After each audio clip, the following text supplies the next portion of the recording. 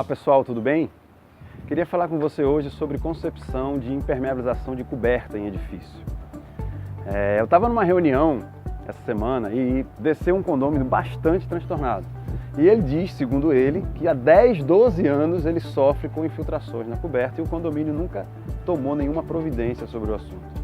E também, segundo ele teria consultado um especialista que tinha falado para ele que o prédio tinha um erro grave, um erro de concepção grave, porque embaixo do telhado, que ficava no teto da casa dele, não tinha impermeabilização. Só tinha telha, depois da telha era a laje, e a laje não era impermeabilizada. E ele disse que aquilo era um absurdo.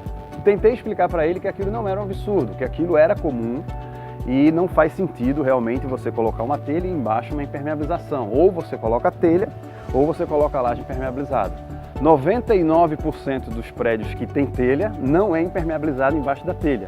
E desses outros 1%, os que tem foi colocado depois, certamente, porque não é uma concepção original, até porque não faz sentido.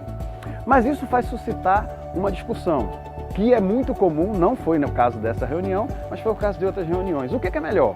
Eu ter minha laje de coberta impermeabilizada, a exemplo dessa aqui, sem telha, ou eu usar um telhado como proteção? Eu já vi casos, muito interessante isso, parece brincadeira, mas é muito interessante. Eu já vi casos onde o morador do último pavimento tinha telha e sofria com essa questão de ter telha, e ele acreditava que a solução de todos os problemas dele era porque a concepção de telhado é errada e deveria ser feita uma laje impermeabilizada.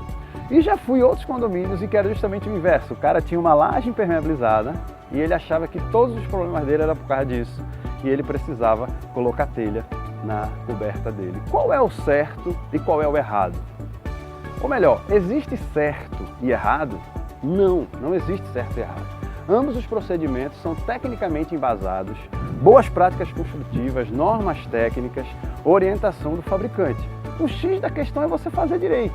Eu tenho que fazer direito à laje impermeabilizada ou tenho que fazer direito à minha telha. Não adianta eu não querer fazer da forma correta.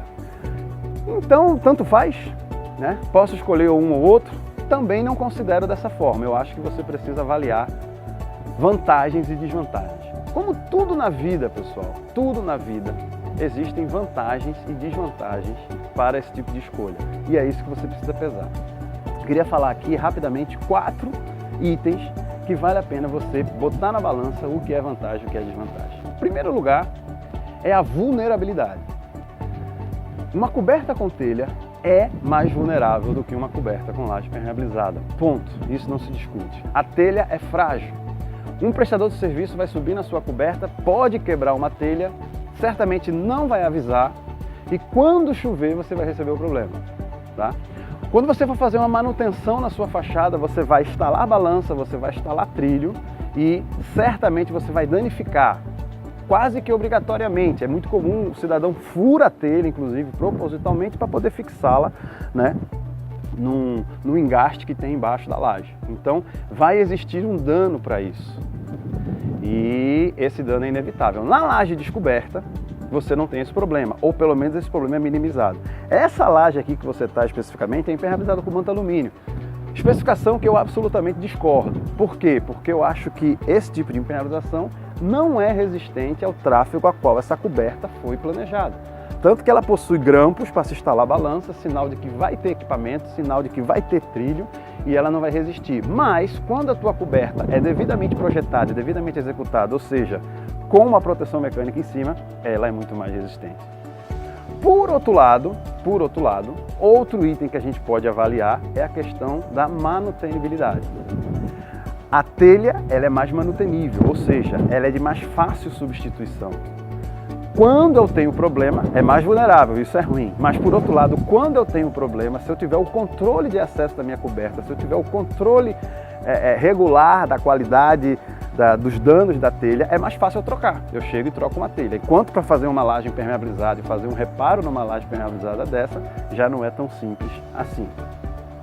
Por outro lado, você tem outro item que você vai avaliar a vantagem e desvantagem. Aí já vai ponto para a laje impermeabilizada de novo, que é o quê? Eu tenho uma área livre.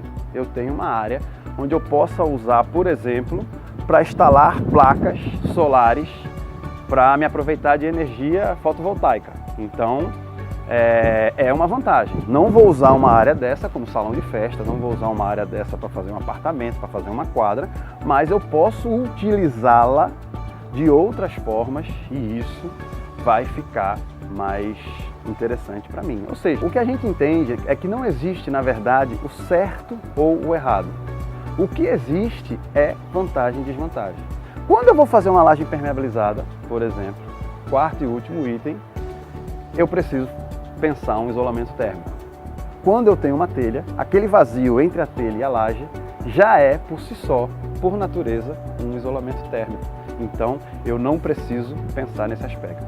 Avaliando, colocando na balança as vantagens, as desvantagens, eu tomo minha decisão, peço que o meu projeto seja feito com essa concepção e executo. Executando os dois, como empresa qualificada e habilitada, executando os dois dentro das normas, das boas práticas e das orientações do fabricante, eu tenho toda e total possibilidade de ter sucesso nas duas opções. Pessoal, grande abraço para você, compartilha se você gostou, curte, avisa aí aos teus amigos, ajuda a divulgar esse canal que tem o objetivo de trazer informação útil, tem o objetivo de te ajudar. E se você tem uma dúvida, uma sugestão de pauta, manda para o e-mail que aparece aí embaixo, mande sua dúvida, @engenhariaemcondomínio.com.br. Grande abraço, pessoal, e até o próximo vídeo.